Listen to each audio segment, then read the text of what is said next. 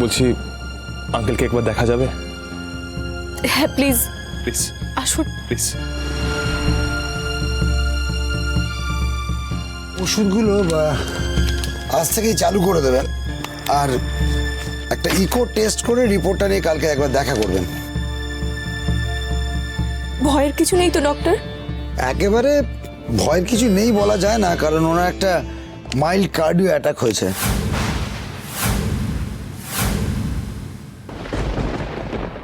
Heart attack? দেখুন, আমি একটা ইঞ্জেকশন দিয়েছি, এখন কিছুক্ষণ ঘুমাবেন উনি।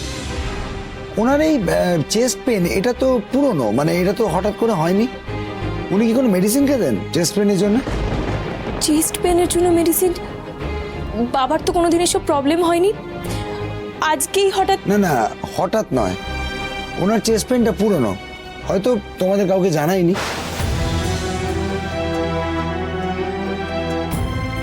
তাহলে কি লোন শোধের চিন্তাতেই বাবার এরকম হয়েছে?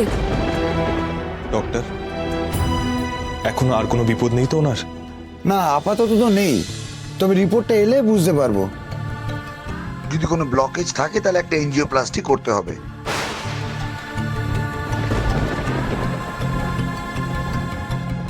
তবে দেখবেন উনি যেন কোনো স্ট্রেস বা টেনশন না নেন। আমার মনে হয় উনি বোধহয় মনের মধ্যে কিছু চেপে থেকে কষ্ট পাচ্ছেন। ওটা জানার চেষ্টা করুন, তাহলে বিপদ বাড়বে বই কমবে না। দেখুন, এরপরে উনি যদি স্ট্রেস নেন কিংবা টেনশন করেন তাহলে কিন্তু একটা ম্যাসিভ অ্যাটাকের দিকে যেতে পারে ব্যাপারটা। না না ডক্টর, বাবার দিকে আমরা খেয়াল রাখবো, বাবাকে আর একটুও কষ্ট পেতে দেবো না আমরা। তবে আপাতত এই ঘরে একজনের বেশি না থাকাটাই ভালো। হ্যাঁ সে তো নিশ্চয়ই, আমি বাবার কাছে আছি। আপনি আসুন ডক্টর। দিদি, দিদি চলো চলো চলো।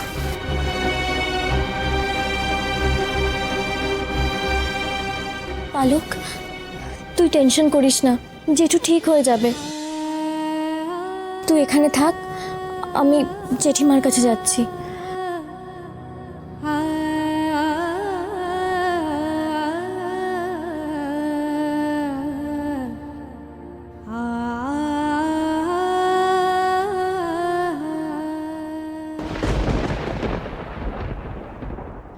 সারা জীবন ধরে তো আমি একটাই স্বপ্ন দেখেছি, তোকে বড় করব।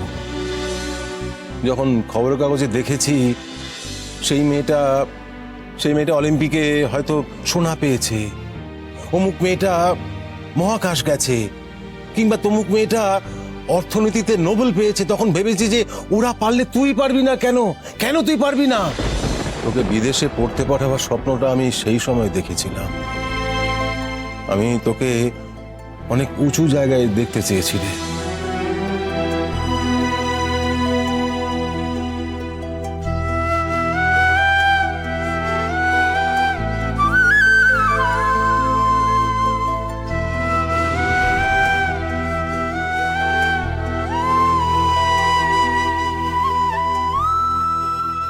আরে চিন্তা করিস না পালক, আমি এখনো শক্তপোক্ত আছি রে। চুটকি মেরে সব লোন শোধ করে দেবো। আরে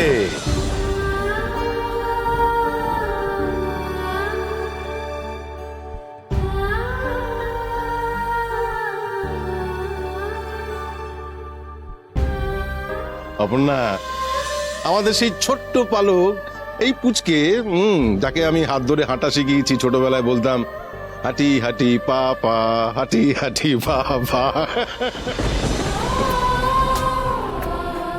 তুই নিজের কোম্পানি খুলবি তো, তুই অনেক লোককে কাজ দিবি। হ্যাঁ, আমি সব করে দেবো, তোর সব স্বপ্ন আমি পূরণ করে দেব। আমি তোমাকে আর কষ্ট পেতে দেব না বাবা।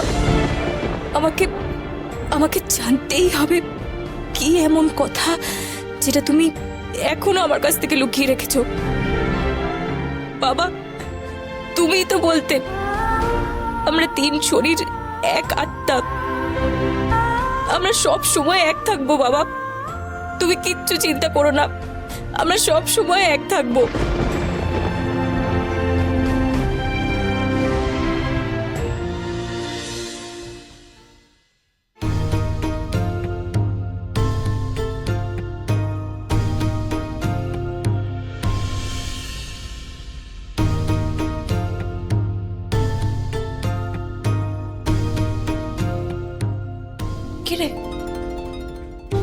পালক, আঙ্কেল ঘুমোচ্ছে?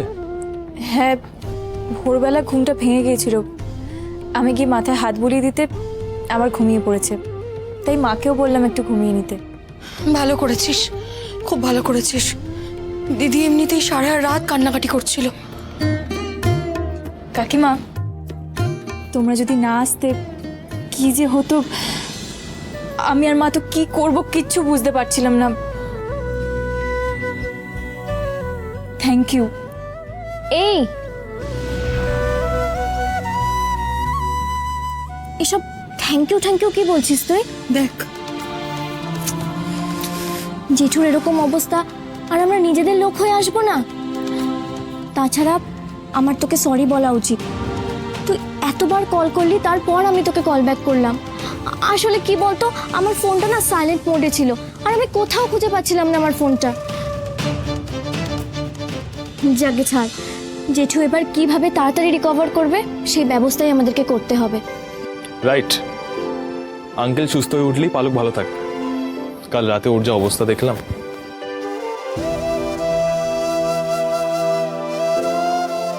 আপনাকে ধন্যবাদ জানিয়ে আর ছোট করব না। আপনি যেভাবে নিজে এসে আমাদের পাশে দাঁড়ালেন। আমি কিছু করিনি পালক, আমার জায়গায় অন্য কেউ থাকলে হয়তো এভাবেই পাশে থাকতো। আমাদের কোম্পানি যখন বিপদের মুখে পড়েছিল, তুমি কিন্তু ঠিক এইভাবেই আমাদের কোম্পানির পাশে এসে দাঁড়িয়েছিলে। তবুও তো আমি তোমাকে চিনি, জানি, কিন্তু তুমি আমাদের কোম্পানিকে প্রথম দিন চিনতেও না, জানতেও না, ইনফ্যাক্ট কাউকেই চিনতে না। তবুও আমাদের এত বড় বিপদ থেকে হেল্প করেছিলে। ব্যাস, শোধবোধ হয়ে গেল। সব ঋণ কখনো শোধ হয় না মো। কিছু কিছু ঋণ হয় আনন্দের, আর সেগুলো কখনো শোধ করতে নেই। তাহলে আনন্দটাই ছোট হয়ে যায়। এই রে, রিজু তো আমাকে অনেকবার কল করেছিল, ওকেও তো কিছু জানানো হয়নি। এখন সিচুয়েশনটা বেটার। আর রিজু ফোন করলে ওকে জানিয়ে দিও। আর আমি এমনি তো বাড়ি যাচ্ছি, আমি বাড়ি গেলে ওকে জানিয়ে দেবো। ওকে। লোন শোধের চিন্তাতেই বাবার হয়তো এই অ্যাটাকটা হয়েছে। বাবা একটু ভালো হয়ে উঠলেই আমি ব্যাংকে গিয়ে কথা বলবো। বাবা নয়, লোন শোধ করব আমি। পালক, আমি আসছি। ঠিক আছে।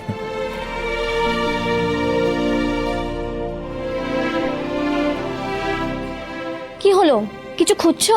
হ্যাঁ, গাড়ির চাবিটা। আরে গাড়ির চাবিটা তো টেবিলের ওপর।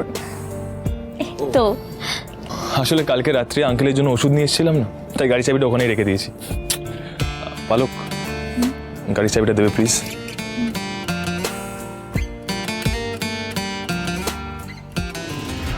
কি রে, কি দিচ্ছিস একবার দেখ। ও সরি, নিন। থ্যাঙ্কস। রমিত, আমি হয়তো আজকে অফিসে যেতে পারবো না। বাবার টেস্টগুলো করাতে হবে। শুধু আজ নয়, আজ, কাল, পরশু, ইনফ্যাক্ট যতদিন না আঙ্কেল ঠিক হচ্ছে ততদিন যেন তোমাকে আমি অফিসে না দেখি। এটা বসের অর্ডার। আর বন্ধু হয়ে বলছি, এখন তোমার আঙ্কেলের পাশে থাকাটা খুব বেশি দরকার। আর অফিসে যদি কোনো প্রয়োজন পড়ে আমি তোমাকে কন্ট্যাক্ট করে নেবো, নাহলে আমি পুরো ব্যাপারটা সামলে নেবো, চিন্তা করো না তুমি। Thank you Romit. আসছি, বাই।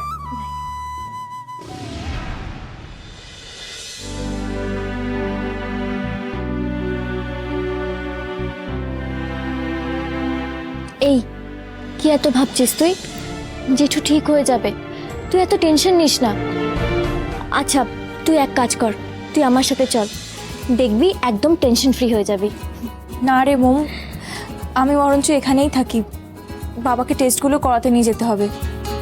এই চল আমাদের সাথে, এখানে থাকলে তোর একদম রেস্ট নেওয়া হবে না। তার থেকে বরং ওখানে গিয়ে একটু রেস্ট নিয়ে তারপর আবার এখানে আসবি। চল তো। হ্যাঁ, তুই এখানে থাকলে বেকার ভুলভাল কথা ভাববি, তুই চল। আচ্ছা ঠিক আছে, তাহলে আমি ফ্রেশ হয়ে আসছি। হ্যাঁ, যা যা।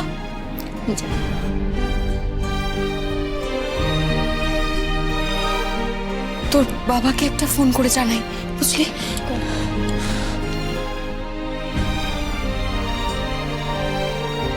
হ্যালো,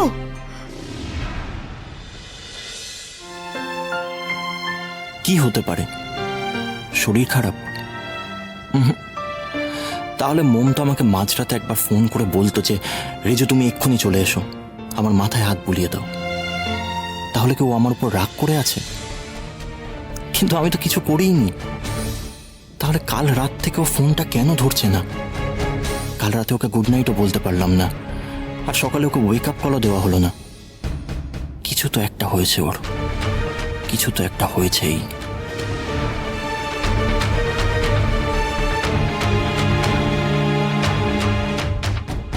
কিছু ভাবছিস?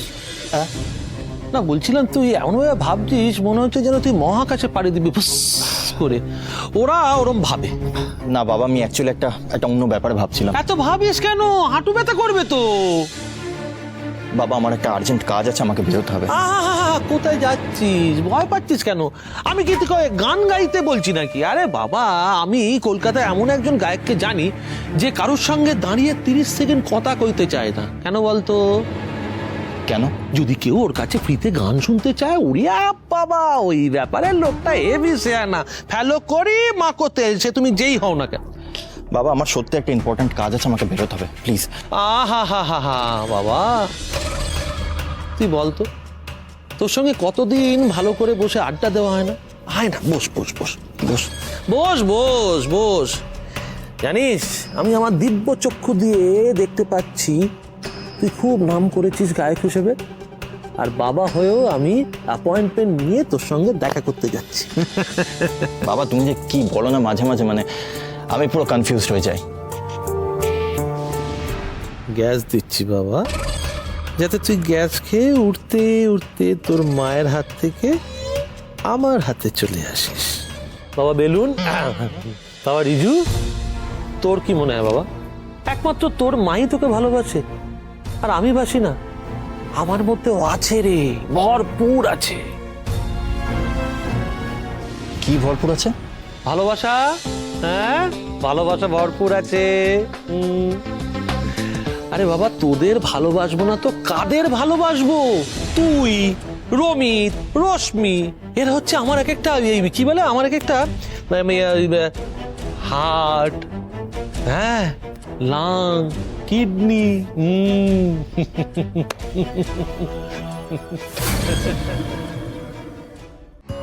দাদা আবার রিজুকে নিয়ে পড়েছে।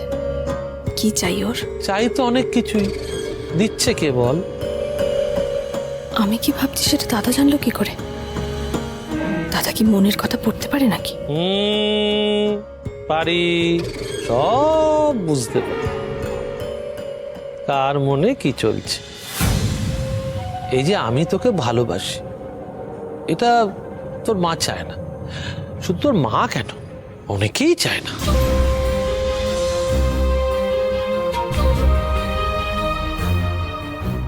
কিন্তু ভালোবাসা, তাকে কি আটকে রাখা যায়? যায় না। ঠিক ফাঁক ফোকর দিয়ে বেরিয়ে আসে। এই যেমন বেরিয়ে এলো আমারটা। বাবা, আমার মনে হচ্ছে যে আজকে যেন তোমাকে আমি সম্পূর্ণ নতুন ভাবে চিনছি। ঘোড়ার ডিম, আমাকে পুরো চিনতে গেলে না তোর চুল দাড়ি সব পেকে যাবে বাবা, তবুও চিনতে পারবে না।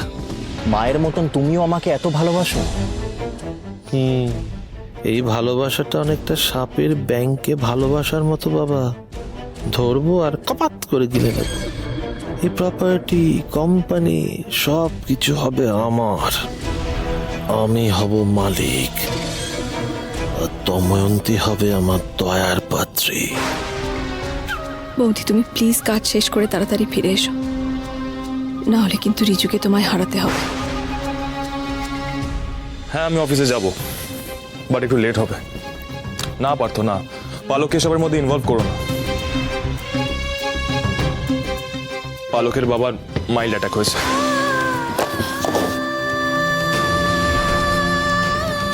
পিসি, কি হয়েছে? ঠিক আছে তো তুমি?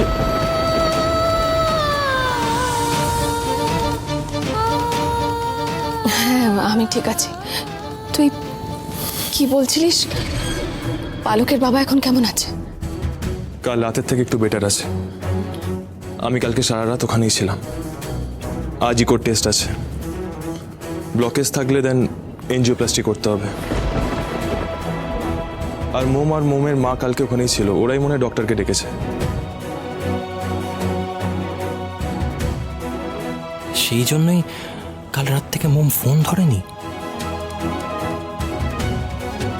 বাবা, আমাকে ওখানে একবার আর্জেন্টলি যেতে হবে, আমি আসছি। যাও বাবা, বিপদের সময় তো মানুষের পাশে মানুষই দাঁড়াবে। বাবা আমি রুমে যাচ্ছি, একটু রেস্ট নিয়ে অফিসে বেরোবো। হ্যাঁ বাবা, সারা রাত জেগেছিস, যাই আমি বরং নিজের ঘরে গিয়ে একটু রেস্ট নিই। কিরে পূর্ণা, তুই যাবি না? না,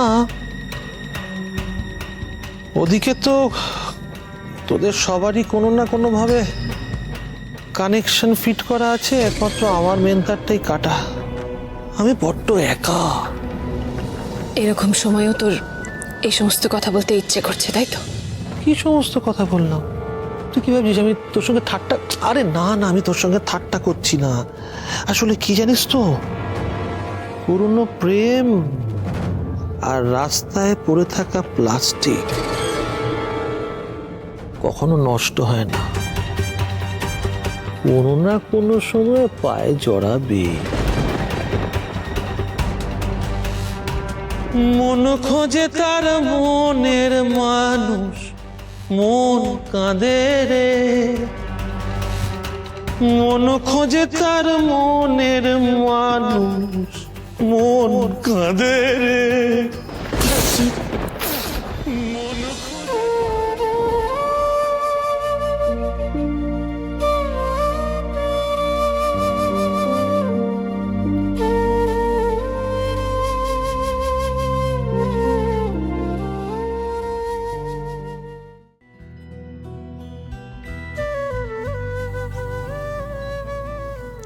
পালক,